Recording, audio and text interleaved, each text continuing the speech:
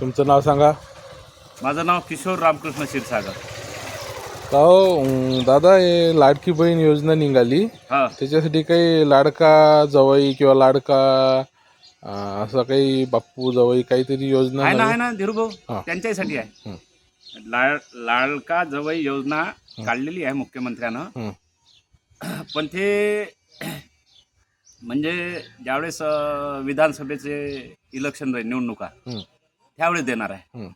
योजना. पण काय त्याचे काय योजनेचे काय कसं राहील, योजना कशी राहील? हा, ते योजना अशी आहे की ते लाडला जवई योजनेमध्ये त्यांनी सरकारने असा निर्णय घेतला की महिन्याचे 3 बंपर देणार आहे, हं, 1 लिटरचे. हं, आणि ते तहसीलमधून तुम्हाला ते हे भेटन, हं, लायसन टाईप, एक कुपन टाईप.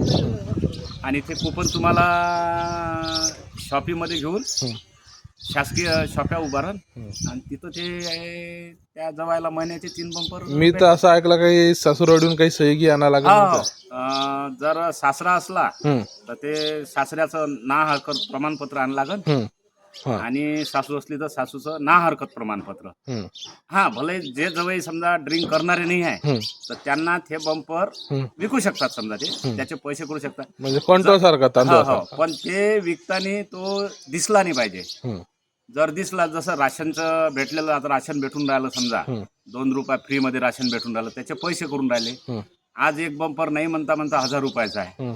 तर हे जवळ लोकांना स्वतः, म्हणजे मुख्यमंत्र्याचं असं म्हणणं आहे की बुवा स्वतः फायदा घ्या, हं. त्याचा असा पैसा बनू नका, असं म्हणणं आहे. ठीक, धन्यवाद.